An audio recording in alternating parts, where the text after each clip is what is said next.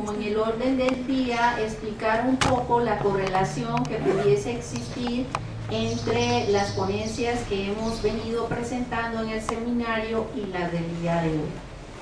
Bueno, como bien saben, el objetivo de este seminario es tanto brindar herramientas teóricas y metodológicas para el estudio de los pueblos originarios desde una perspectiva inter y transdisciplinar, haciendo un énfasis en la psicología social comunitaria. En este entendido, pues obviamente hemos tenido una variedad no solamente de ponencias, sino también de, digamos, de formación en los ponentes, que pienso que eso nutre nuestra mirada sobre el estudio de los pueblos originarios. En cuanto a los métodos y las metodologías, hemos revisado, por ejemplo, para el estudio de pueblos originarios, lo que fue la propuesta del discurso testimonio, propuesta como la investigación-acción participativa, ¿sí? Digamos, en un espacio muy breve, lo que fue el doctor Serna también nos habló sobre la etnografía, pero pensamos que requerimos, digamos, una mayor profundidad o darle más acento en esta propuesta metodológica para el estudio de los pueblos originarios. Asimismo, también encontramos otras aproximaciones como el análisis del discurso, ¿sí? Que nos presentó el maestro Eric, también otras propuestas como la interdisciplina, como una metodología para el estudio de las comunidades y, bueno, más específicamente de los pueblos originarios. Pienso que el trabajo que nos presentará hoy la maestra va a ser de gran relevancia para los avances que tenemos en el seminario, puesto que sabemos que una de las herramientas que tenemos como psicólogos sociales comunitarios es la etnografía. Que si bien la etnografía no nace dentro de nuestro quehacer disciplinar, sí son aportes, vaya, que se dan desde otras áreas disciplinares y que nutren nuestro trabajo en campo en las comunidades. Y más específicamente, pues obviamente en el estudio de los pueblos originarios. Entonces, sin más, vamos a recibir a la compañera Berenice, que nos va a hacer una pequeña semblanza de la maestra que nos acompaña el día de hoy.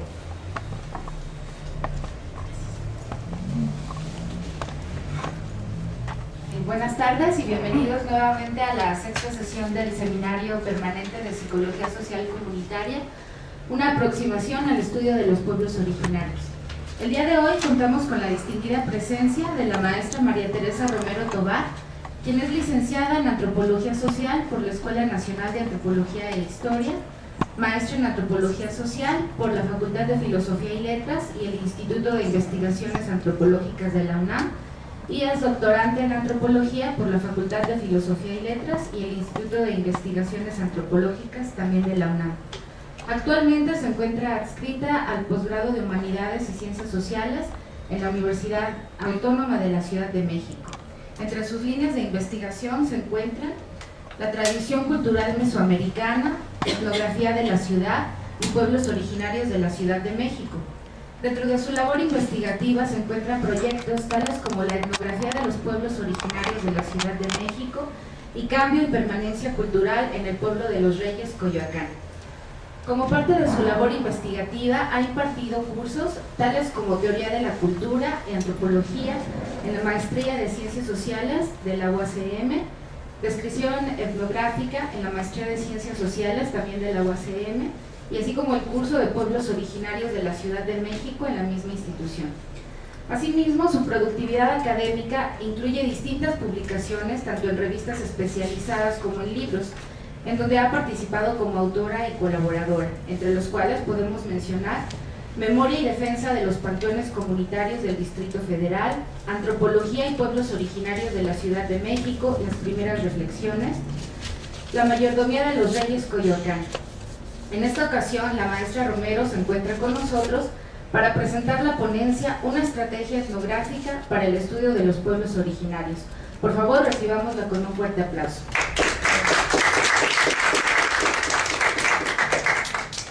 Muchas gracias.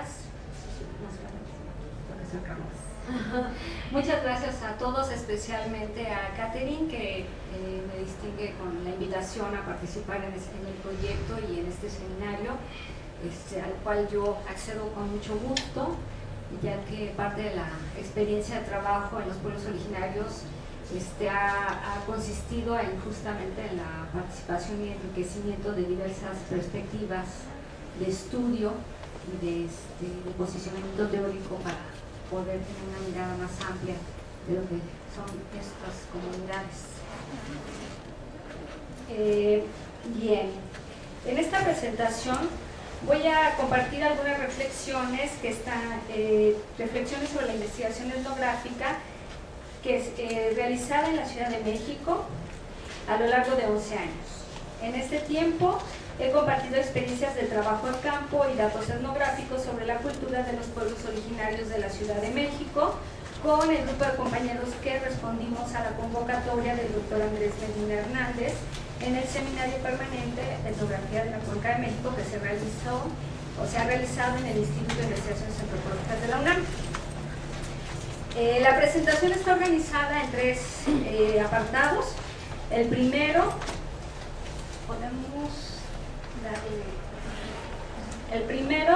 es la definición de la investigación, en el cual he incluido reflexiones sobre 3 aspectos de este proceso: las circunstancias, los prejuicios y el primer asombro. En el segundo apartado, el desarrollo de la investigación, planteo aspectos como el camino de las preguntas, mi investigación, vivir en el campo y la interacción social. Pasamos a la siguiente. El tercer bloque de esta presentación de reflexiones lleva el título Los productos de la investigación, y ahí me refiero a la construcción de semejanzas y diferencias y a la vida de los otros. Entonces empezamos con la definición de la investigación. Las circunstancias y antecedentes de la investigación. La manera en que se define una investigación etnográfica y a la vez cualquier otra pasa por una serie de situaciones y circunstancias a las que el investigador se adapta. Desde las situaciones personales que llevan a alguien a tomar la decisión de estudiar una u otra carrera académica, hasta la participación en proyectos que representan una fuente de ingresos, sin que ello signifique que el investigador tenga una gran incidencia en la definición temática. Desde luego, en la antropología contamos con la ventaja de que nuestra delimitación profesional abarca un campo temático tan amplio como lo es la cultura. De este modo, el acercamiento etnográfico a los pueblos originarios implicó la definición de una estrategia que partió de los planteamientos que hiciera Andrés Medina en su texto titulado En las 4 esquinas y en el centro, donde el autor nos presenta un análisis sobre el desarrollo de la antropología mexicana y resalta la construcción de una perspectiva mesoamericanista. Esta perspectiva se alimenta de los estudios arqueológicos y coloniales sobre las culturas indígenas del área mesoamericana, lo cual marca la importancia de la historia como un aspecto esencial para la comprensión de las culturas indias de hoy. Por otra parte, los estudios etnográficos realizados durante los años del indigenismo, entre 1940 al 60 más o menos, proporcionan una rica y abundante información sobre los sistemas conceptuales bajo los cuales se organiza la vida social y política en los grupos actuales pertenecientes a la tradición religiosa mesoamericana. Desde esta primera etapa del desarrollo de la antropología mexicana, se realizaron diversas discusiones teóricas que incluyeron la definición misma del área cultural mesoamericana y la constitución y desarrollo de la cosmovisión mesoamericana. De estos estudios etnográficos también destaca la discusión y propuesta de un modelo clásico de sistema de cargos, mayordomía o sistema de varas, como también se le conoce, como una institución sobreviviente de los pueblos indios de esta área. Sin embargo, la fuerte carga política e ideológica de estos estudios fue muy criticada por las siguientes generaciones de antropólogos, pues la base ideológica del indigenismo daba continuidad a una mirada evolucionista e integracionista que consideraba a las culturas indias una expresión de atraso en el desarrollo económico y social de la pujante nación mexicana. Así se auguraba la desaparición de estas culturas y las políticas sociales y culturales se encaminaban a impulsar esa extinción. Como parte de las consecuencias de esta crítica, los estudios sobre las culturas mesoamericanas vivas fueron quedando rezagados frente a los nuevos retos e intereses académicos que representaban los movimientos sociales tanto en el campo como en la ciudad. De este modo, los trabajos realizados en la Ciudad de México que tocaban la presencia de grupos indígenas quedaron visualizados desde la atención a los procesos migratorios, y las expresiones religiosas y de vida comunitaria quedaron catalogadas como cultura popular y religiosidad popular. Los prejuicios y la teoría. Vamos a pasar. No, el anterior.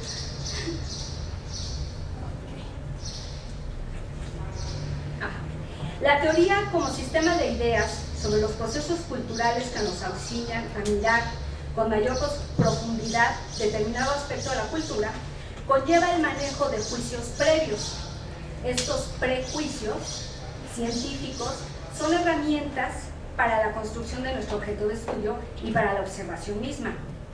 Así también entran en juego los marcos reflexivos del investigador, que en forma de prejuicios de todo tipo y llenos de subjetividad, lo llevan a esperar determinados tipos de relaciones, de procedimientos, de respuestas y de comportamientos. Quizás estos prejuicios sean los causantes de nuestro asombro al enfrentar la otra cultura, lo desconocido, lo inesperado. En la investigación sobre los pueblos originarios de la Ciudad de México, confrontamos así la diversidad cultural desde esta propuesta del paradigma mesoamericanista con la idea de una ciudad moderna y en pleno desarrollo. Ahora sí, el asombro y la reflexividad. La capacidad de asombro acompaña la posibilidad de realizar un ejercicio reflexivo en la investigación etnográfica. Reconocerse como desconocido a sí mismo, al tiempo que reconocemos nuestra ignorancia sobre el otro, refuerza la capacidad de asombro del antropólogo o del investigador en general. El reconocerse a través del otro forma parte de aquel proceso señalado en los manuales de etnografía sobre el efecto espejo que ocasiona la observación directa de la otra cultura. En el desarrollo de una ciencia reflexiva, la antropología mexicana, como una antropología excéntrica, es decir, que se gesta y se desarrolla fuera de los países centrales, como son los europeos, sino en los países mismos donde se generan los procesos, enfatiza la pertenencia a la realidad social y a la realidad social que se estudia y que implica tener una imagen construida sobre esa realidad. Al tiempo que se busca el conocimiento sobre la naturaleza del hombre, también se trata de conocer las especificidades culturales que nos dan identidad social. La identidad nacional en el centro de la preocupación de la antropología mexicana, señalada ya por Andrés Medina. Así, ser parte de la realidad social, ya estamos en la siguiente. No, pero... Ajá, ahí. Ser parte de la realidad social que se estudia marca la forma de construir el conocimiento. Es decir, contamos con una identidad nacional, los antropólogos mexicanos que estudiamos la realidad mexicana. Contamos con una identidad citadina, aquellos profesionistas que estudiamos algún proceso o fenómeno social en la propia ciudad donde vivimos. Contamos con una identidad vecinal, en el caso de algunos de los que hemos iniciado este trabajo de investigación en los lugares donde vivíamos. Y también contamos con una identidad como profesionistas, como antropólogos, como psicólogos, como sociólogos, etc. Es decir, cada uno de estos elementos nos otorga un marco, una mirada hacia nuestra realidad. Ya tenemos una mirada que construye qué es la realidad donde estamos. Y con esta mirada es con la que iniciamos nuestra reflexión. La siguiente, el desarrollo de la investigación. El camino de las preguntas y el tema. Del asombro se despliega un abanico de preguntas que van definiendo el tema de la investigación. Las preguntas se suman durante la realización de las primeras observaciones. Entre muchas de ellas, ¿qué más de la tradición cultural mesoamericana podemos encontrar en los reyes Coyoacán? Que es el caso de estudio específico. ¿Cómo es que una comunidad pasa de considerarse colonia a considerarse pueblo? ¿O cómo es que una comunidad deja de considerarse pueblo para considerarse colonia? Entonces, ¿sí existen pueblos en la ciudad? ¿Qué tipo de pueblos son estos? Entre muchas otras preguntas que se van desplegando. La creatividad y el objeto de estudio. Bueno, aquí tenemos, por ejemplo, elementos de identidad que van marcando la investigación. La lengua náhuatl, que está presente, y los arreglos florales que también vamos encontrando en todos los pueblos, en todas las celebraciones de los pueblos de la ciudad. Así, la definición del tema es visto como el preámbulo para construir el objeto de estudio. La construcción del objeto es un proceso creativo arduo, intrincado y personal. El objeto de investigación es como el embrión desde el que se desarrollará la investigación. Si bien es indispensable reconocer el carácter social de la construcción de conocimiento, el aporte personal y subjetivo está presente en el desarrollo mismo de la investigación, junto con las habilidades y recursos de todo tipo con que cuenta el investigador. Y es necesario reconocerlo en los alcances así como en los límites. De igual manera, la definición de los límites en el objeto de estudio pasa por la revisión de los temas semejantes trabajados por otros investigadores. De esta manera, pues se da este juego entre el reconocimiento social y la construcción social del conocimiento y la aportación que da el investigador desde su propia capacidad individual. En el caso de los pueblos originarios, encontramos algunos trabajos sobre los pueblos del sur de la ciudad, como Milpalta y Xochimilco, en donde se captaba la presencia de mayordomías como subsistencias que estaban a punto de desaparecer en los estudios que se generan por ahí en 1980. También en estos pocos estudios que había se visualizan los pueblos como grupos aislados unos de otros. El trabajo sobre identidades vecinales de Néstor García Cantín y de Patricia Zafa en Los Reyes son un ejemplo de ello. Consideran el estudio de la comunidad, pero no marcan o no visualizan la interacción tan activa que tienen con los otros pueblos que están alrededor, y unos ni tan cerca, ¿no? Unos más lejanos, pero es un aspecto importante. Por otro lado, también nos encontramos con una tradición histórica en nuestro país, y particularmente en la Ciudad de México, de la negación de la presencia india que está viva en la Ciudad de México. Esta negación se da por parte de la investigación antropológica misma, que no mira la presencia indígena en la Ciudad de México, se da por parte de los gobernantes que impulsan desde esta intención de un desarrollo económico y social, impulsan la negación y incluso impulsan políticas urbanas que van en contra de los pueblos. Y también, en términos más generales, por parte de la sociedad que no es originaria en esta ciudad. La siguiente, vivir en el campo y el traslado. ¿Sí estamos en sintonía? Hacer una investigación etnográfica de la ciudad y de la colonia donde el investigador vive, que se dan muchos casos, implica un esfuerzo particular para entrar y salir mentalmente del trabajo al campo. El traslado físico a la comunidad puede implicar una caminata corta o un buen viaje de un extremo a otro de la ciudad, que puede ser hasta más de 60 kilómetros. Este traslado va acompañado de un cambio mental, con el que el investigador se prepara para abrirse a la otra cultura.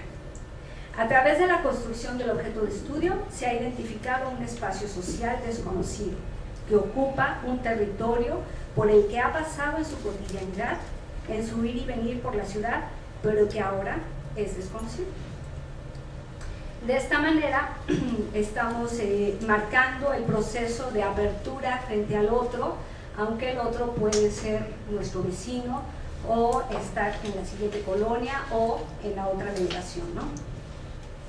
Estamos marcando los procesos que definen las estrategias para entrar a la comunidad y para permanecer en ella, ya que no nada más, el reto no nada más es entrar a la comunidad y ya llegué, ya me conocen, mucho gusto, voy a hacer esta investigación, sino también el reto se mantiene durante toda la investigación de que la comunidad lo acepte a uno y uno poder continuar con el trabajo. Y también estamos aludiendo a la definición muy importante y muy difícil de poder darle fin al trabajo de campo. Esta definición tiene que ver con los periodos de observación, lo cual conlleva problemas de memoria que solo se controlan con mucha disciplina de registro. Es decir, uno entra a campo, muchas veces si está en la propia colonia o si está en el propio pueblo o al estar en la ciudad, uno entra en contacto con la gente del pueblo y lo están llamando muchas veces, oiga, va a ser la fiesta, oiga, va a ser este evento, va a ser esta asamblea. Entonces uno tiene que hacer un esfuerzo muchas veces para decir, ya terminé mi trabajo de campo y no puedo seguir yendo al pueblo porque si no, no acabo ni hago la distancia para concentrarme, para registrar y para analizar y para leer los textos y para todo el trabajo, el resto del trabajo de investigación que implica. Entonces terminar el trabajo de campo también es un aspecto importante, ¿no? La siguiente, la interacción social como objeto y método. El trabajo de campo se desarrolla a través de la relación que se construye entre el investigador y la comunidad. Si no hay una estadía prolongada, la relación que se establece conserva una distancia que no permite una comunicación profunda. Y este es uno de los aspectos que más se ha descuidado en la interpretación de la etnografía por parte de otras ciencias, porque la dificultad de hacer trabajo prolongado en las comunidades de estudio pues sí se presenta como un freno, y entonces en muchos casos pues se hace a un lado y no se toma en cuenta la importancia epistemológica de esta relación que se construye con la comunidad y que permite justamente la profundización de un diálogo que nos permita conocer más de cerca la cultura que nos interesa estudiar. Así pues, en esta parte es importante reflexionar y tomar en cuenta la relación del investigador con la comunidad, que es una relación que se da de sujeto a sujeto. Es decir, uno como sujeto social y cultural, con todo como dijera Rosana Huber, con todos los marcos reflexivos que uno tiene ya con los que construye la realidad, se enfrenta a otros sujetos que también tienen sus propias maneras de construir su realidad. Y lo que enfrentamos es un diálogo cultural entre la cultura del investigador y la cultura de la comunidad, donde el reto es lograr una interacción y una buena comunicación. Esta relación se da de manera intersubjetiva, ya vamos dejando cada vez más lejana la idea de la objetividad de la investigación como un fin que obliga al investigador a dejar todos sus pensamientos y sus emociones y todo el antecedente teórico y personal que lleva consigo al campo. El rol del investigador que está en juego todo el tiempo y los roles de los integrantes de la comunidad para la investigación que son relativamente fijos. Así el investigador observa a la comunidad y ésta también observa al investigador. No es que nosotros nada más vamos a observar, nosotros también somos observados. Y de ahí la atención y el estado de alerta en el que uno siempre está cuando hace trabajo de campo.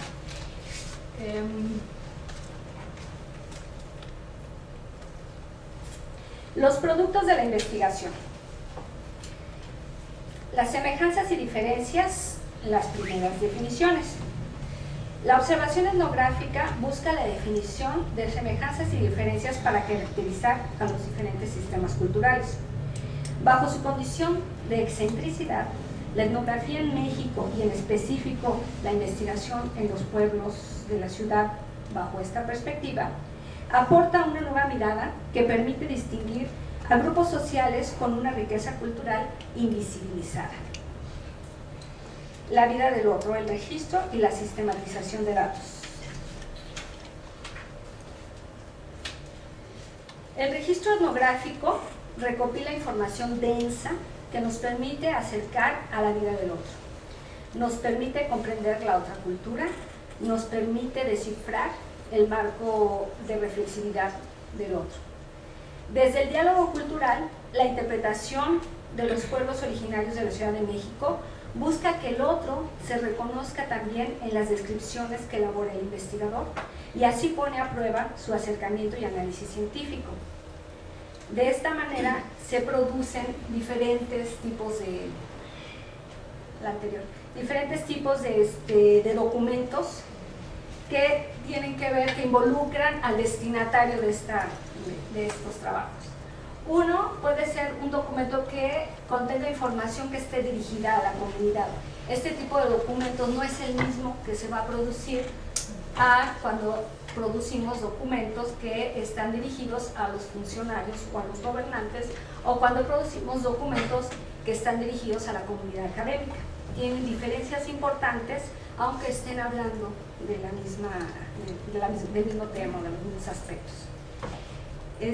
Con este marco y desde estas reflexiones sobre la etnografía, sobre el trabajo etnográfico, en el Seminario de Etnografía de los Pueblos Originarios, hemos ido definiendo algunos rasgos culturales de los pueblos que nos permiten identificar estas comunidades y distinguirlas del resto de la sociedad. Aquí es interesante marcar que cada pueblo encuentra o tiene o se relaciona desde determinado marco reflexivo que es semejante al de otros pueblos originarios, pero al mismo tiempo es diferente. O sea, yo me distingo de mi colega, pero al mismo tiempo me reconozco como diferente. Y me distingo del resto de la sociedad que no comparte los mismos marcos referenciales, reflexivos. En este sentido, hemos destacado algunos rasgos culturales que están destacando a estas comunidades como comunidades distintas en la Ciudad de México. La identidad comunitaria, el ciclo ceremonial anual, la organización tradicional comunitaria, el trabajo comunitario, las comidas comunitarias, la memoria colectiva, la memoria histórica, la religiosidad comunitaria, las asambleas comunitarias, las historias de lucha por la defensa del territorio y los recursos, el patrón de asentamiento, la toponimia, el lenguaje ritual y el intercambio simbólico. En esta definición de rasgos podemos distinguir algunos que están definidos desde la observación directa misma y otros que se han ido definiendo a partir de esta observación, pero en la indagación histórica, como es el caso de la toponimia o el caso de la memoria histórica o de los antecedentes históricos de cada pueblo. Asimismo también, desde estos rasgos se definió la memoria colectiva como un elemento importante que nos permite reconocer los procesos de reconfiguración cultural por los que que se dan en estos pueblos. Ya la siguiente no sale porque no sé usar bien el PowerPoint, pero es un esquema donde la propuesta que hago es tratar de ir acotando un poco la definición y enriquecer la discusión sobre una definición de lo que es un pueblo originario. En este sentido, yo propongo como un título hacia esta definición que los pueblos originarios son comunidades con cultura de tradición mesoamericana. Y los pueblos comunitarios tienen sistema de vida comunitario autónomo, es decir, se manejan en las esferas del poder y de sus formas de relación interna de manera autónoma, y desde esta autonomía construyen sus relaciones con el exterior a través de dos aspectos importantes. Uno, a través de la identidad cultural, las personas originarias construyen su relación frente a las otras las otras identidades de la sociedad que pueden estar compartiendo ellos mismos o que pueden estar encontrados con su identidad cultural. Es decir, los originarios son profesionistas, pueden ser investigadores, pueden ser comerciantes, al igual que cualquier otro ciudadano del distrito o de la Ciudad de México, pero construyen esta referencia desde su identidad cultural.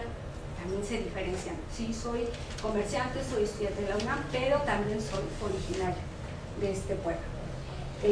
O se diferencian. Yo soy originario de este pueblo, pero no soy originario del otro pueblo o de esta otra colonia.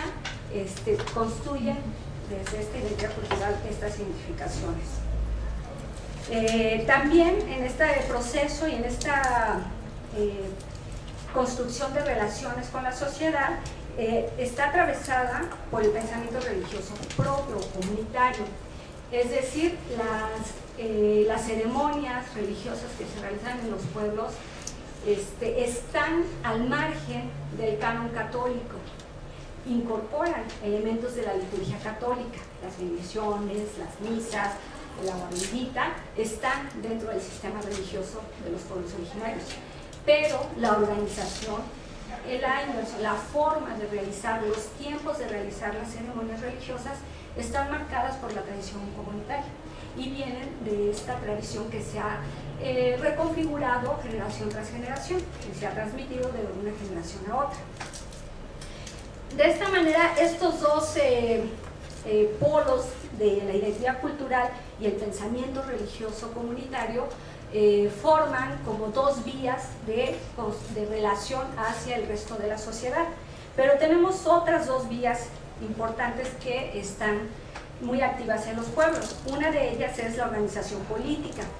En los pueblos originarios el sistema de ciclo festivo anual está acompañado de un complejo institucional que incluye las mayordomías o incluye las mesas directivas, las comisiones de festejos, toda una serie de instituciones con las que se desarrollan las actividades comunitarias. No solo las del ciclo festivo son importantes y son centrales, pero hay otras actividades comunitarias. Entonces la organización política construye la vía de comunicación con las otras formas de gobierno delegacional, del gobierno de la ciudad y con el gobierno federal, con las que se establece esta relación. Y por otro lado, el intercambio simbólico funge también como la vía de comunicación y de alimentación con los otros pueblos originarios. Es decir, las visitas y el cruce de los ciclos festivos entre los pueblos establecen vías de comunicación con los otros pueblos que son semejantes y que también son diferentes. Todo esto enriquece y mantiene pues el sistema de vida comunitario autónomo. Y pues hasta aquí sería la propuesta. Así, bien, creo que venimos al momento de preguntas y comentarios, ¿no? Sí. Gracias. Muchísimas gracias.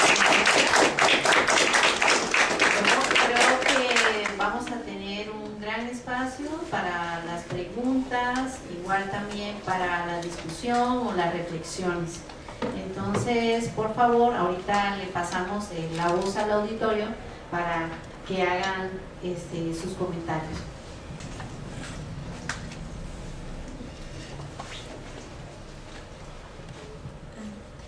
Hola, buenas tardes a todos, buenas tardes. Me gustaría un poco que nos platicara sobre cómo ha sido su experiencia en el trabajo, pues ya digamos, con pueblos originarios en general. Gracias.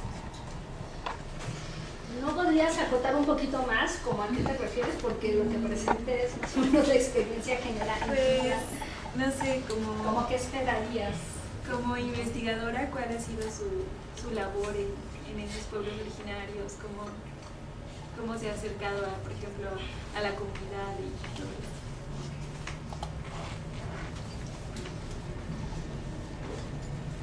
¿Alguien más? Porque tú puedes primero. Pues a ver si respondemos para ver si se animan, ¿no? A las siguientes. Bueno, la experiencia con los pueblos de la Ciudad de México, en primer lugar, ha sido muy satisfactoria. O sea, ha sido de mucho asombro, de mucha sorpresa al encontrarnos con comunidades que mantienen una serie de elementos en su vida que marcan las diferencias con el resto de la sociedad, las diferencias que enumeré hace un momento.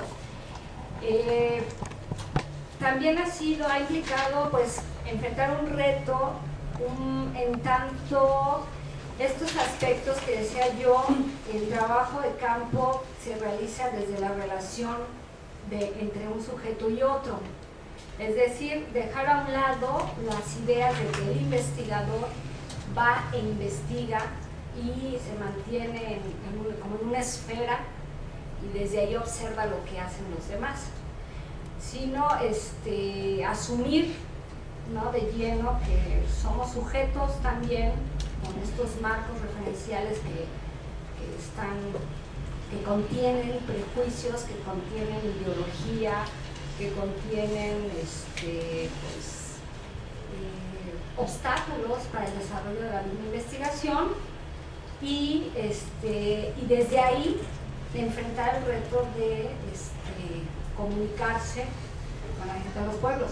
Ahora, por otro lado, la gente de los pueblos pues está ávida de que se les reconozca, de que se difunda su forma de vida, y eso pues ha sido un elemento muy alivianador de esta carga, ¿no? Porque uno llega diciendo pues me interesa conocer cómo hacen sus fiestas y cómo se organizan para hacerlas, y entonces ellos de inmediato se abren, no, sí, aquí hacemos esta fiesta, hacemos esta otra, y no sé qué, y la comida, y vienen los de acá, y van los de allá, y la colecta. Entonces la gente de los pueblos pues nos facilita mucho el trabajo con eso. Entonces no sé si por ahí más o menos iba la pregunta.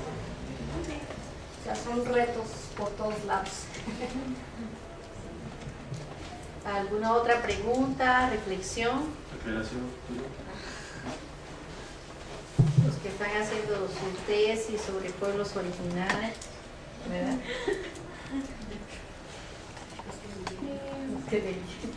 Buenas tardes. Y a mí me surgió un poco, no sé si podría aclarar el análisis personal que ha hecho sobre ese traslado de los pueblos originarios a colonias, o sí, que ya han dejado un poco las prácticas como tal de los rasgos que describió. ¿Es necesario o qué es lo que definiría? Que supongo, bueno, que son todos, pero ¿qué es lo que nos ayudaría a definir si es un pueblo originario o no, o si se sigue conformando como pueblo originario? Yo vivo por el San Bernabé, Ocotepec, y sé que es reconocido como un pueblo originario, pero a partir de estos rasgos yo identifico actualmente pues muy pocos.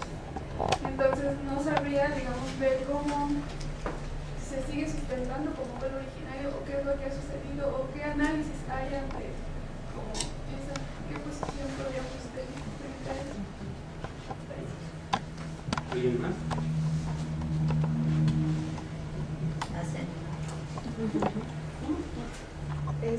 Buenas tardes. Bueno, no escuché toda, pero más o menos por los puntos que escuché o las vías de las que habla se podría decir definir un pueblo originario, no sé, no me quedan así como tan claras para entender la complejidad de la ciudad, ¿no? Porque bueno, hay una diversidad y no entrarían todos los pueblos originarios que se están ahorita autodenominando de esa manera.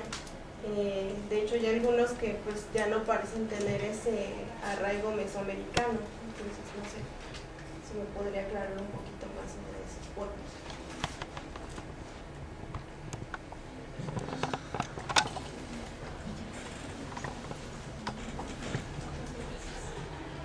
Buenas tardes. Son dos preguntas.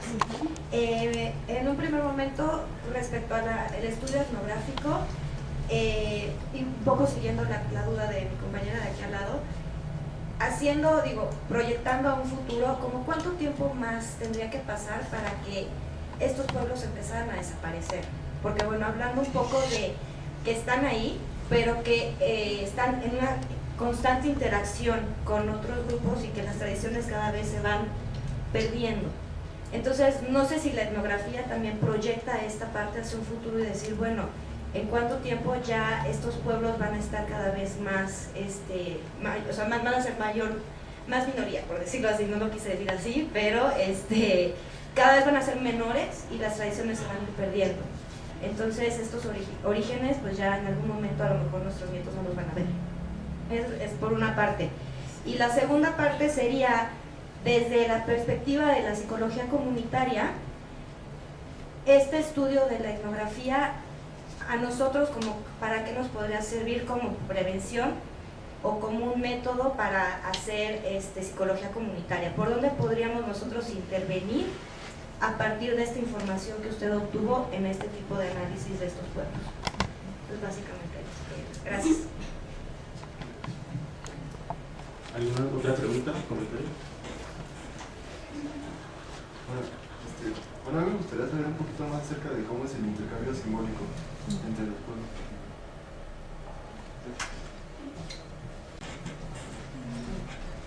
Y otra pregunta que va un poquito relacionada también con la pregunta de la compañera de allá atrás, si estas prácticas tradicionales que mantienen los pueblos originarios son como una resistencia a la influencia de esta modernidad o del proyecto neoliberal, o reconfiguran esas prácticas tradicionales para adaptarse desde la modernidad a esta época.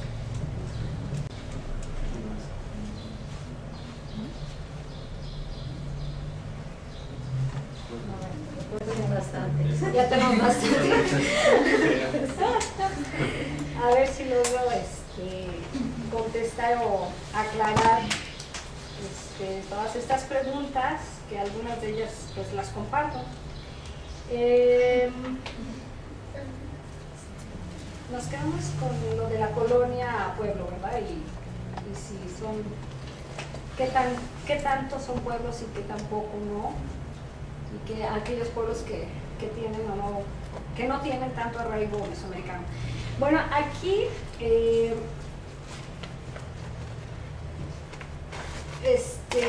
a lo que me refiero al mencionar este asunto de que hay comunidades que se consideran colonia y que ahora están volviendo a considerarse o están reconsiderando su identidad de pueblo.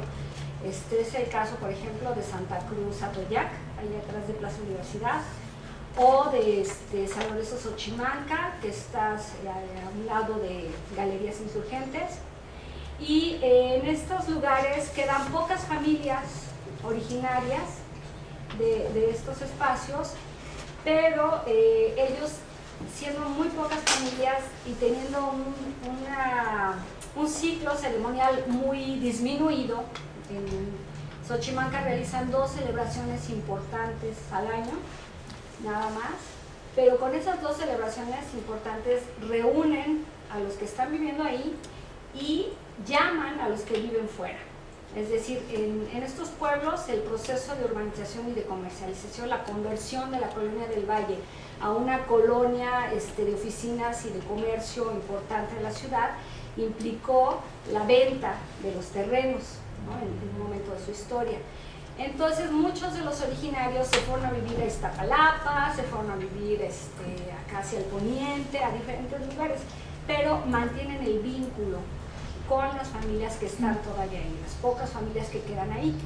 Y a través de ese vínculo cooperan para las fiestas, se reúnen el día de la fiesta, queman cohetes, hacen la procesión por las calles de la colonia del Valle y refrendan esta identidad. Desde una actividad comunitaria muy disminuida, pero se hacen presentes, ¿no? En el caso de este tipo de pueblos, también el trabajo etnográfico nos ha permitido conocer algunas estrategias que han utilizado en esta manera de refrendar su identidad, como ha sido, por ejemplo, el establecimiento de liguillas de fútbol, de pueblos contra pueblos. Entonces organizan sus partidos y sus equipos de fútbol, pero a través de ellos se mantienen en relación con otros pueblos, ¿sí? Esto en el proceso de construcción identitaria marca y refrenda mucho lo que la construcción del ser comunitario. Además, otro elemento bien importante en este proceso de reconstrucción, de volver a ser pueblo, está el movimiento político que ha estado presente en los últimos años en la Ciudad de México, el movimiento político de los pueblos, que demandan un reconocimiento como entidades con derechos culturales y con derechos políticos. Tienen el derecho de elegir sus autoridades, reclaman el derecho a realizar todas sus celebraciones comunitarias. Entonces, tenemos más, fíjense que más bien de lo que ustedes están mencionando, que cada vez hay menos actividad y presencia de los pueblos. En los últimos años lo que hemos visto es un resurgimiento de los pueblos, porque esto va de la mano de una mayor comunicación entre los originarios, de una mayor comunicación entre los pueblos, unos pueblos y otros, y un crecimiento, una mayor vistosidad en las celebraciones comunitarias. Entonces, claro que ha habido pueblos que han desaparecido totalmente y que además ahorita mismo están en un riesgo tremendo, como el caso de San Sebastián Joco, que está amenazadísimo con la superconstrucción esta que están haciendo ahí junto a la Cineteca, pero mantienen elementos de su vida comunitaria desde los cuales se construye la resistencia política. En este sentido, la idea de una propuesta de concebir a los pueblos originarios como comunidades con cultura de tradición mesoamericana no implica que esta tradición mesoamericana esté presente a nivel consciente en los pueblos. Es decir, muchas de los originarios ni siquiera tienen una idea identitaria clara, ¿no? Yo soy del pueblo de Joco y ahí hacemos fiestas y hacemos esto. Y sí, sabemos que nuestros abuelos y los abuelos de nuestros abuelos pues eran los que aquí vivían y tenemos ese arraigo territorial y en el tiempo de manera fuerte, pero no es que lo tengan así sistematizado y estructurado. Y en cada pueblo pues se han vivido procesos históricos diferentes y han llevado a unos pueblos a enfatizar más un elemento de los rasgos culturales que mencionamos y a otros pueblos los ha llevado a enfatizar más otros elementos. Por ejemplo, hay algo que no está escrito en la lista de rasgos, que son los grupos de danzantes. En muchos pueblos de la ciudad hay grupos de danzantes, de concheros o de diferentes tipos. Hay una gran variedad de grupos de danzantes que danzan en sus fiestas y van a danzar a las fiestas de otros pueblos. Y este elemento también empieza a tener, aquellos que ya no danzan empiezan otra vez a interesarse por revivir otra vez la danza en su pueblo. Entonces, no es que, digamos, son estos 10 requisitos para ser considerados pueblos originarios. Son aspectos culturales que están en juego, que están presentes en la vida diaria de estas comunidades. En algunos tiene más importancia la presencia de los danzantes, en otros la realización del carnaval es fundamental, pero en otros ni siquiera se realiza carnaval, se hacen otro tipo de fiestas. En unos las fiestas cada vez son más fuertes y más vistosas y en otros las fiestas son muy modestas. Pero estamos hablando de procesos de cientos y cientos de años, o sea, no es algo que podamos definir si nuestros nietos van a seguir viendo a los pueblos o no. Es un poco como decir cuánto tiempo más le queda de vida a la raza humana o al planeta Tierra, ¿no? A toda la debacle ecológica que estamos presenciando, o lo que decimos, híjole, es que si seguimos así vamos a acabar con el agua, vamos a acabar con el ambiente, con el oxígeno. Entonces no podemos decir cuánto tiempo más, sino más bien lo que nos interesa es conocer los procesos actuales, identificar, reconocer estas identidades que son diferentes al resto de la ciudad, que habían sido invisibles investigadores, para políticos y para los que no somos originarios. Y pues en este sentido, pues hay, no podemos decir pues cuánto tiempo más les queda o no. Los rasgos son elementos que encontramos comúnmente y que en algunos apenas logramos detectar y en otros están muy fuertemente marcados. Entonces no es que sean una lista de requisitos para palomearlos o no como pueblos originarios. Incluso dentro de la discusión y el estudio hemos conocido comunidades de migrantes que se han asentado junto a los pueblos originarios y han asimilado el sistema de vida comunitario. Y esto incluso algunos nos ha llevado a reclamar también ser identificados y ser reconocidos como pueblo originario de la Ciudad de México. No estoy hablando de los migrantes de las organizaciones de Triquis o de Mazahuas, que mantienen su vínculo con su comunidad de origen, sino de pueblos que están aquí asentados, que ya hacen sus mayordomías, que se vinculan con otros pueblos. Entonces es bien complejo también poder descartar así totalmente. Lo que sí es que los que están reclamando este reconocimiento son aquellos que tienen territorio, que tienen una actividad simbólica sobre ese territorio y lo marcan simbólicamente, y que tienen esta memoria histórica que les permite reconocerse como descendientes de los antiguos pobladores de la Cuenca de México. Pues si se va a perder la tradición, quizás un poco como la energía no se pierde ni se construye, solamente se transforma, pues igual la cultura no se pierde ni se destruye a menos de que aniquilen físicamente a las comunidades, que sí ha sucedido en la historia, pero se transforma. Y en este caso sí, las formas de vida comunitario son muy adaptables y son muy maleables. Es una característica también de la tradición cultural mesoamericana. Si ustedes revisan la propuesta de López Austin y Andrés Medina, de Joana Broda, van a encontrar que la concepción sobre esta tradición y la cosmovisión mesoamericana está considerada como procesos de construcción de largo plazo y procesos desde los cuales se asimilan los nuevos elementos que van surgiendo en cada momento de la historia, se van adaptando a las nuevas condiciones de vida social y política. Y yo creo que los pueblos de la ciudad son una muestra muy elocuente de ello. Creo que ya, ¿no? La relación entre la psicología social comunitaria y la etnografía. Bueno, pues a mí me parece que podemos encontrar, o sea, ahí en primer lugar ustedes son los que tienen la palabra, los que van a decirnos si realmente les sirve la reflexión etnográfica para construir su proceso de investigación desde la psicología comunitaria. Pero yo desde aquí veo varias implicaciones, como acabamos de mencionar, esta construcción de identidad social que tiene que ver con esta relación entre al interior de la comunidad, con otras comunidades y con el exterior de la sociedad, con el resto de la sociedad ciudadana. Con el resto de la ciudadanía, quise decir. Entonces, por ahí, bueno, las estrategias metodológicas, pues yo creo que tendrían que pasar por esta reflexión de quién soy yo como investigador, ¿no? Y como sujeto, cuál es mi cultura, cuáles son los elementos de reflexividad que pongo en juego al ir a hacer el trabajo de campo.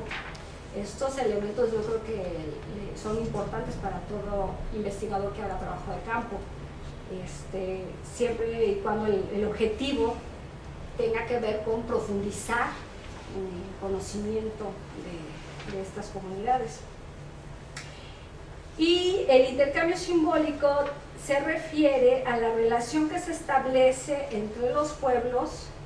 En cada pueblo se desarrolla un ciclo de fiestas o determinados ciclos de fiestas y a esas fiestas acuden como invitados, como realización de demandas, otros representantes de otros pueblos.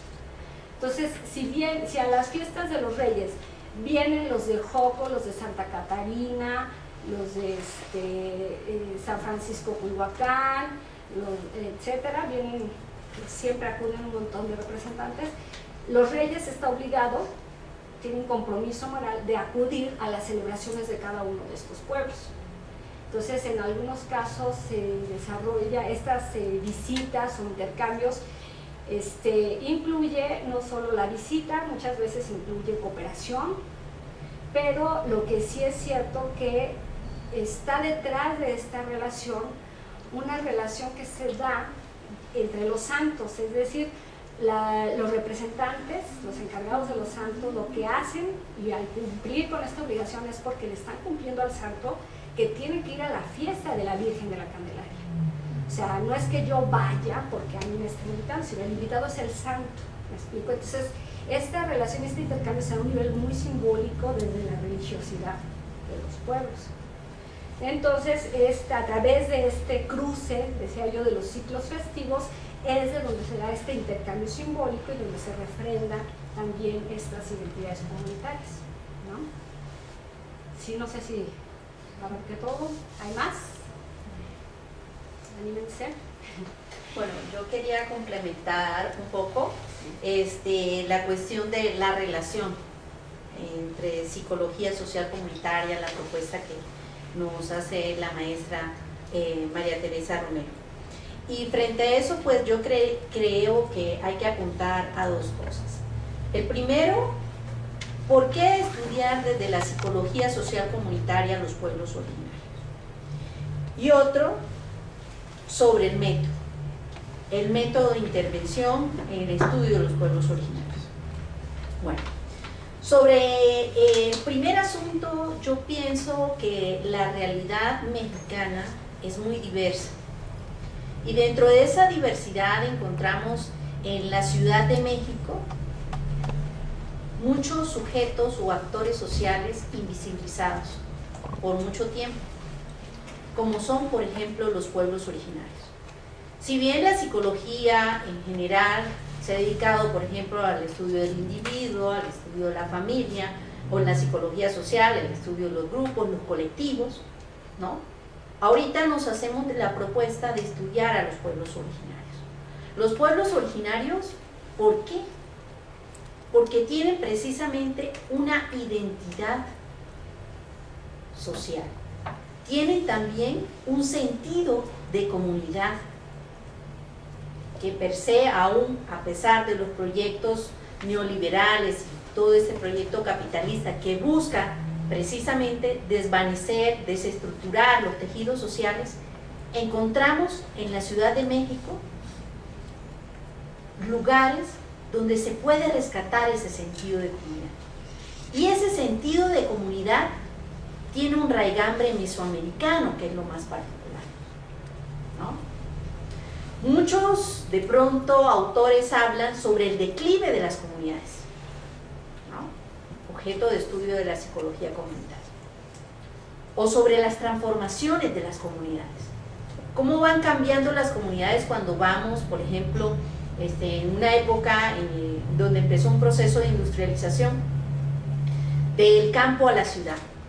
¿Cómo se va desvaneciendo ese tejido?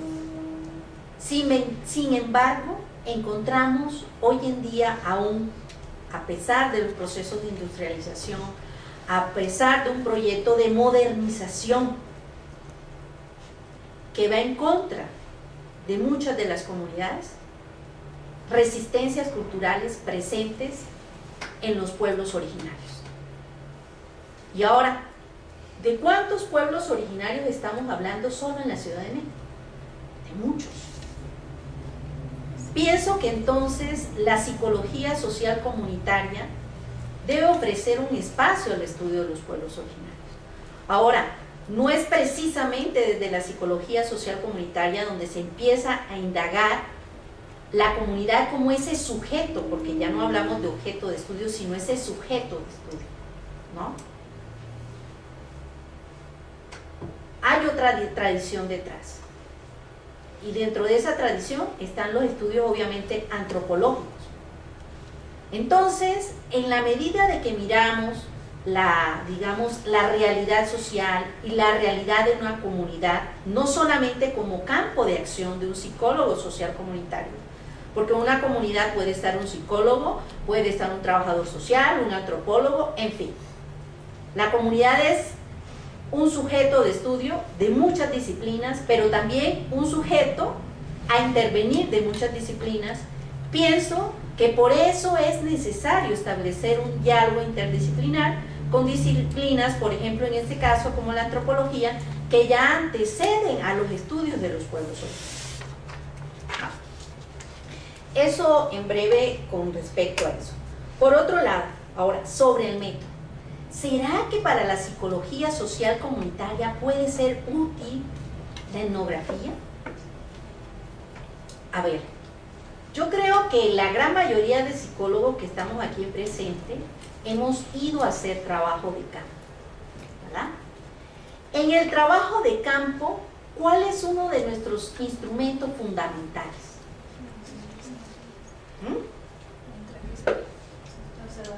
La observación participante, la observación no participante, nuestros registros de diarios de campo.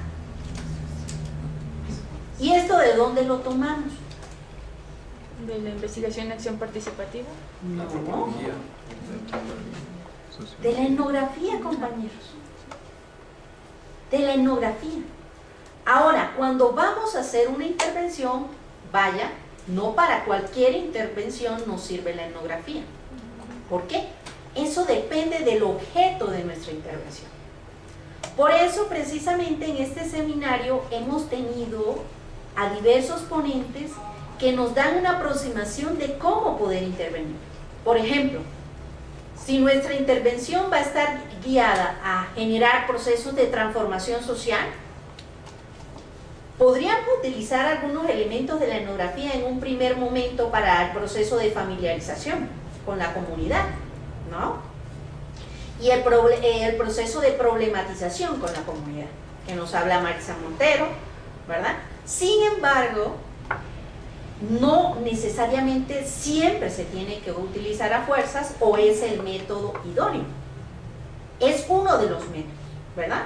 Lo podemos utilizar cuando necesitamos hacer una descripción o como la maestra nos comentó, por ejemplo, si vamos a hacer estudio de comunidades con cultura de tradición mexicana, mesoamericana y queremos ver las diferencias y semejanzas que hay al interior de ellas y describirlas, pues en efecto, si ese es nuestro objeto, sería muy loable utilizar la etnografía. Ahora, también hay que mirar los aportes que ha hecho la etnografía. Por ejemplo, cuando la compañera pregunta, ¿cómo voy a definir si es un pueblo originario o no? Ahí tendría yo que mirar cuáles son las semejanzas y diferencias. ¿Y quién me permite establecer cuáles son las semejanzas y diferencias? ¿Qué método? La descripción. Pues obviamente la etnografía, ¿no? Entonces, eso no se trata de evaluar o decir que hay un método per se en la psicología social comunitaria. Podemos utilizar etnografía en algún momento, si se requiere.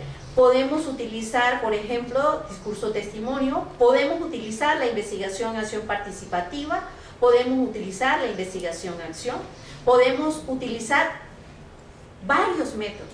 Por ejemplo, la sistematización de experiencias, ¿no? La cartografía social, en fin. Pero depende de nuestro objeto de intervención, ¿no?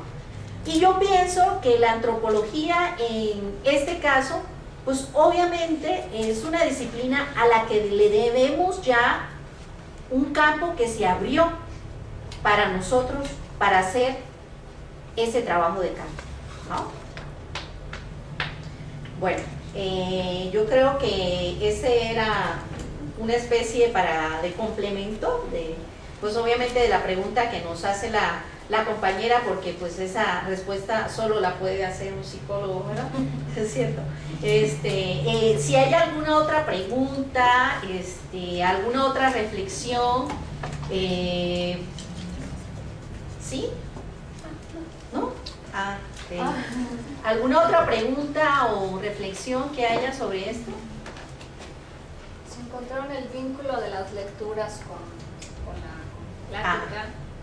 Bueno, la maestra les pregunta si encontraron el vínculo entre las lecturas, que imagino que todos la leyeron para venir al seminario de hoy, y la plática que ella nos dio. Nos propuso una lectura sobre la etnografía, ¿verdad? Ajá. Y otra sobre los pueblos originarios, que escribió ella, y otra de Andrés Medina también.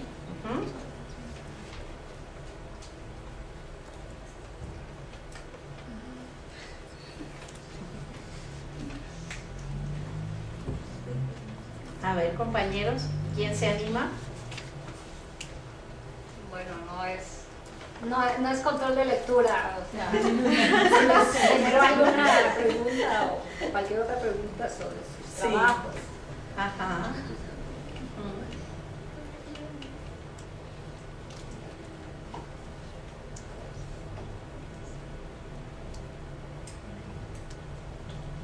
Yo, por ejemplo, quisiera pues presentar una pequeña reflexión, ¿no? En nuestro trabajo, por ejemplo, en Santa Marta, Catitla, vemos esto muy particular que usted nos dice, ¿no? Bueno, hay algunos que en su afán a veces de mostrar que no existen ciertos procesos comunitarios, como por ejemplo de invisibilizar aún a los pueblos originarios dentro de sus lecturas que hacen a nivel investigativo, dicen, bueno, esto de pueblos originarios es un invento o es real, ¿no? Entonces, en esa idea, por ejemplo, algunos, para la forma de organización comunitaria, algunos autores, bueno, dicen que, bueno, a lo mejor esta celebración de las fiestas patronales o algo así, está más bien imbrincado no en un vínculo mesoamericano, sino en un vínculo más bien católico, ¿no? Sin embargo, por ejemplo, en la experiencia que tenemos en Santa Marta es muy particular al respecto, porque va que la comunidad tiene tanto poder y su organización comunitaria que no es una organización comunitaria que está sentada solamente en el día de hoy, sino que tiene unos rastros comunales mesoamericanos, ¿sí? Expulsan a uno de los sacerdotes de la comunidad, porque no cumple, digamos, con una de las premisas que son fundamentales para la comunidad, y es la participación en las decisiones comunales, por ejemplo, para los festejos, para los entierros. El cura empezó a ofrecer, por ejemplo, terreno dentro de la misma iglesia para que allí fueran enterrados algunos miembros. Y la comunidad se organizó, bueno, ya está organizada, ¿no? Pero vaya, se empoderó en un trabajo y sacó al cura, ¿no?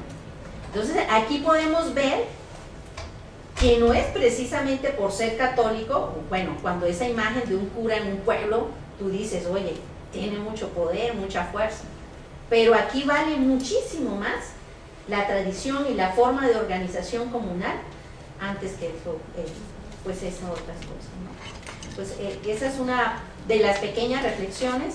A mí me gustaría que a lo mejor los compañeros que hemos estado yendo a Santa Marta pudieran también expresar alguna pequeña reflexión de su trabajo allá, en una forma de dialogar, interlocutar, ¿sí? En este espacio.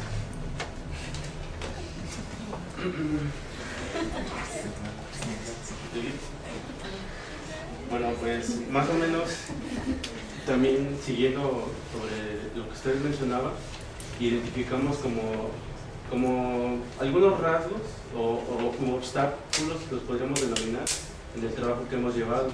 Por ejemplo, hemos notado, o por lo menos yo he denominado, ciertos marcos ideológicos tanto con las personas que trabajamos, o sea, con los grupos. Es un grupo al que estamos enfocados, por lo menos en el trabajo particular mío y de mi compañera y de algunos otros más por allá. Bueno, hemos identificado que por lo menos hay como marcos ideológicos personales, hay marcos ideológicos como más colectivos, y hay como como eso que hemos visto en la teoría, de que el neoliberalismo o las políticas de modernización han como irrumpido tanto en las prácticas culturales, tanto en la vida cotidiana, tanto en las mentalidades, tanto en el pensamiento social de las comunidades. Y ahorita que mencionó esto bueno, que se ha mencionado más bien en torno a toda la práctica, lo de las resistencias, y lo que mencionó también la compañera, ¿cuál sería su perspectiva, así desde la etnografía, como para esas resistencias? O si es que hay resistencias, o si también vinculada a otras preguntas que no hay. Entonces es como un rasgo que identificamos así, al decirlo rápidamente.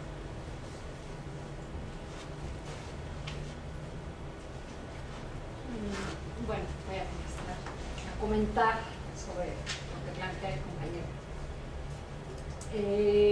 Pues sí, yo creo que por supuesto que podemos identificar procesos de resistencia y los identificamos muy claramente como procesos políticos que conllevan una organización, conllevan una manifestación pública, conllevan una organización interna, una definición de estrategias, de análisis de qué será lo pertinente hacer, de discusión entre los representantes o entre la comunidad misma.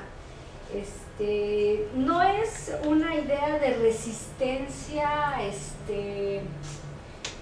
estilo indigenista, ¿no? De que la cultura resiste, ¿no? Sino es una idea de resistencia política, de una lucha por el poder y por defender sus espacios de autonomía. ¿Sí? O sea, la gente de los pueblos, algunos más, otros menos, y además en los diferentes momentos de la historia de cada pueblo también han tenido sus curvas de ascendencia y curvas de disminución en estos movimientos políticos. Pero han enfrentado desde la época colonial los procesos de resistencia política por la defensa del territorio, porque se les reconozca un territorio, porque se les permita o no se les quiten los recursos como el agua, que es un elemento muy importante a lo largo de la historia colonial e independiente y después de la revolución, porque se les mantengan ya como propiedad privada sus terrenos comunales, y bueno, estos procesos de resistencia son muy ricos.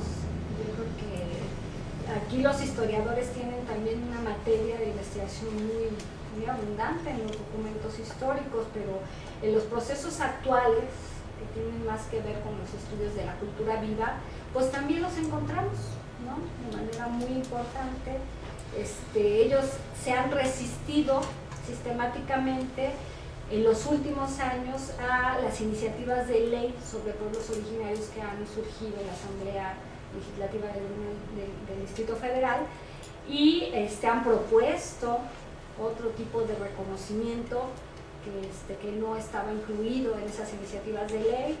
El movimiento por la defensa de los panteones comunitarios también es muy significativo de estas resistencias políticas, culturales, y que hablan de esta defensa por los espacios de autonomía y de control de su comunidad.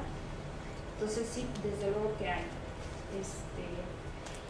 Y quería también agregar un pequeño comentario a lo que menciona la profesora Catherine sobre esta relación que se da entre la religiosidad comunitaria y la religión católica, y que se expresa precisamente en estas confrontaciones con los párrocos o con los sacerdotes de las iglesias, porque de verdad que a lo largo de la investigación de no la mía propiamente, sino de un montón de compañeros y de estudiantes que han trabajado en los pueblos, bueno, hemos notado los conflictos no son aislados, sino en muchos pueblos, y de manera común encontramos que no, aquí corrimos al padre porque no quería que tronáramos puentes, aquí corrimos al padre porque no quiso ir a bendecir el tapete que le hicimos al santo.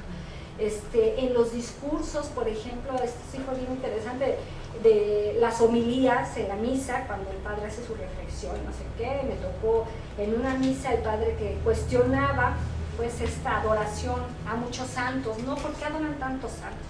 Aquí nada más hay un Dios, decía el padre, aquí nada más el Señor de la Misericordia es el representante de Dios y no tienen por qué tener tantos señores de la misericordia, nada más es este santo, esta imagen y ya. Y entonces, después de la misa, yo en mi afán por saber, bueno, ¿cuántos bultos del Señor de la Misericordia hay en el pueblo? ¿A cuántos se les venera? Le preguntaba a una señora, oiga, y entonces, bueno, ¿cuántos santos, nada más entonces se venera un solo santo? No, aquí tenemos al chaparrito, a la imagen de aquí, la imagen de allá, y no sé qué. Digo, pero es que el padre, ¿qué opina entonces de lo que dijo el padre? Que eran muchos santos y que no. No, es que el padre no sabe. Así, o sea, todo este sistema de creencias, de normas y formas de realizar el culto, pues están, o sea, sí marcan su diferencia con el canon católico, ¿no? O sea, hay un montón de elementos y de ejemplos de este tipo que hemos ido conociendo, pues, y que sí nos permiten identificar pues estas prácticas religiosas como prácticas comunitarias que asimilan, justamente se adaptan, han adaptado los elementos de la liturgia católica, pero que sí tienen diferencias importantes. ¿Alguien más? ¿Quién más? Bueno, le damos un fuerte aplauso a la doctora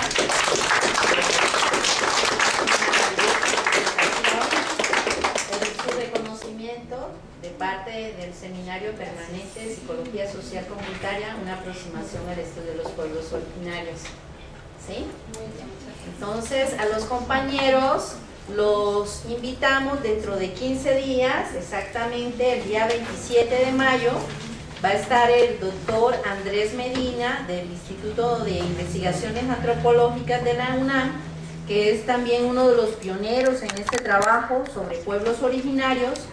Él nos va a dar la ponencia, los ciclos ceremoniales y la organización comunitaria en los pueblos originarios de la Ciudad de México. Vengan porque yo sé que va a ser, la verdad, de un gran aporte la experiencia del doctor Andrés, pues que ha sido un profesor muy destacado, un investigador muy destacado aquí en la UNAM, y en su trabajo no solamente la antropología mexicana, sino en el estudio de los pueblos originarios. Entonces, por favor, compañeros, les pido para la siguiente sesión si podemos llegar puntuales, ¿vale? Bueno, que tengan buen día. Gracias. Gracias a la